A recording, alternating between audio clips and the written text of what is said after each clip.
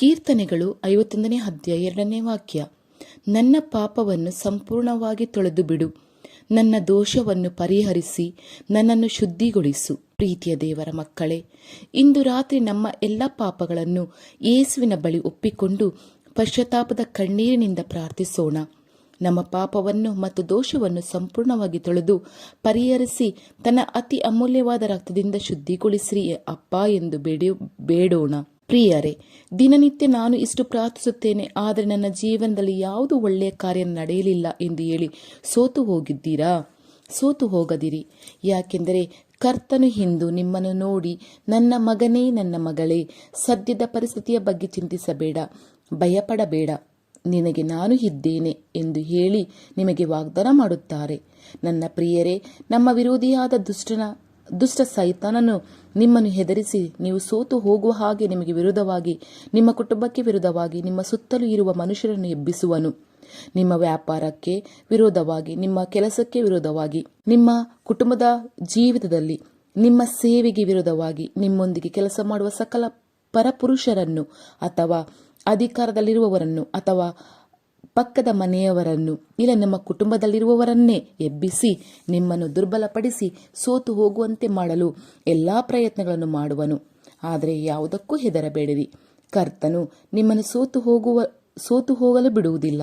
ಯಾಕೆಂದರೆ ಸೋತು ಹೋಗುವವರಿಗೆ ಕರ್ತನು ತ್ರಾಣವನ್ನು, ನಿರ್ಬಲನಿಗೆ ಬಲವನ್ನು ಕೊಡಲು ಇದ್ದಾನೆ. ಯೆಶಾಯ 40ನೇ ಅಧ್ಯಾಯ 29ನೇ ವಾಕ್ಯದಲ್ಲಿ ಎಂತಹ ಸಮಸ್ಯೆಗಳನ್ನು ನೀಗಿಸಲು ಶಕ್ತನಾಗಿದ್ದಾನೆ. ಎಂತಹ ಸಂದರ್ಭದಲ್ಲೂ ಕರ್ತನು ಹಾಗೆಯೇ ತಲೆ ಕೆಳಕಾಗಿ ಬದಲಾಯಿಸಿ ಬಿಡುವರು. ಆದ್ದರಿಂದ ಎಷ್ಟು ದೊಡ್ಡ ಅಧಿಕಾರದಲ್ಲಿರುವವರು ನಿಮಗೆ ವಿರೋಧವಾಗಿ ಎದ್ದು ಬಂದರೂ ಭಯಪಡಬೇಡಿರಿ. ಕಾರಣ ನಿಮ್ಮೊಂದಿಗಿರುವ ಕರ್ತನು ಸಕಲ ಅಧಿಕಾರಿಗಳ ಮೇಲೂ ಅಧಿಕಾರ ಮಾಡಬಲ್ಲವುಳ್ಳಾತನು. ಆದ್ದರಿಂದ ಸೋತು ಹೋಗದಿರಿ. ಕರ್ತನು ಇಂದು ರಾತ್ರಿ ನಿಮ್ಮನ್ನು ನೋಡಿ, ನನ್ನ ಮಗನೇ, ಮಗಳೇ, ನೀನು ಎದ್ದು ಮುಂದುವರಿಸಿ ನಿನ್ನ ಕಾರ್ಯವನ್ನು ನೆರವೇರಿಸು.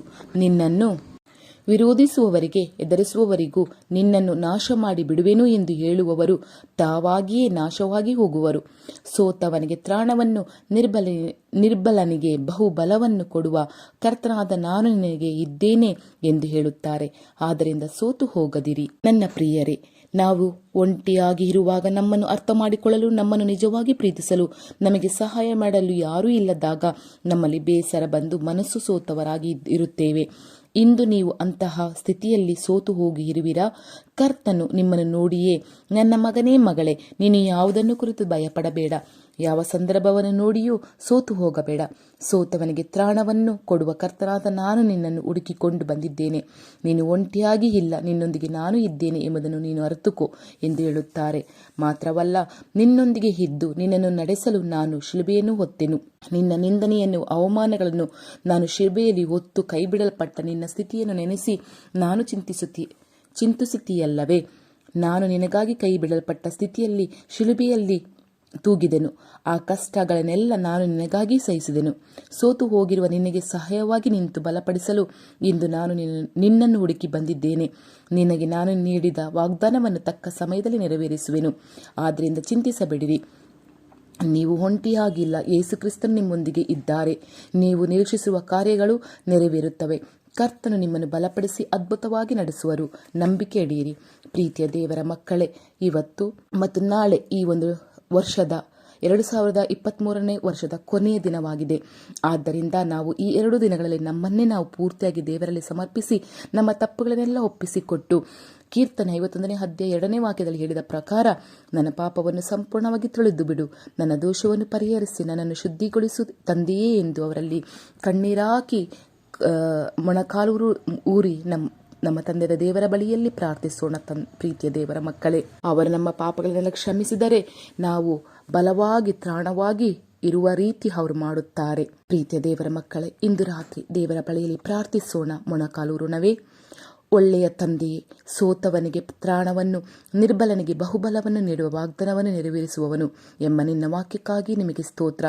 ನನ್ನ ಜೀವನದಲ್ಲಿ ಕಾಣುವಂಥ ತಡೆಗಳೆಲ್ಲವನ್ನು ನೀಗಿಸಿ ಕಾರ್ಯಗಳನ್ನು ನನಗೆ ಸಫಲಪಡಿಸಿರಿ. ನನ್ನಲ್ಲಿ ಸೋಲುವಿಕೆಯನ್ನು ತೆಗೆದುಕೊಂಡು ಬಂದು ನನ್ನನ್ನು ಕುಗ್ಗಿಸುವ ಸೈತಾನನ ಕ್ರಿಯೆಗಳನ್ನೆಲ್ಲ ಯೇಸು ನಾಮದಲ್ಲಿ ನಾಶವಾಗಲಿ. ನಿಮ್ಮ ವಾಗ್ದಾನದ ಆಶೀರ್ವಾದಗಳನ್ನು ನನ್ನ ಜೀವನದಲ್ಲಿ ಸಫಲಪಡಿಸಿರಿ. ನನ್ನೊಳಗೆ ಕಾಣುವಂಥ ಭಯವನ್ನು ಸೋಲುವಿಕೆಯನ್ನು ನೀಗಿಸಿ ನನ್ನನ್ನು ಬಲಪಡಿಸಿ ನಿನಗೆಂದು ಎದ್ದು ಪ್ರಕಾಶಿಸಲು ನನಗೆ ಕೃಪೆ ನೀಡು. ಯೇಸು ಕ್ರಿಸ್ತನ ನಾಮದಲ್ಲಿ ಆಮೇನ್ ಆಮೇನ್. ತಂದೆಯೇ, thank you lord Jesus Christ.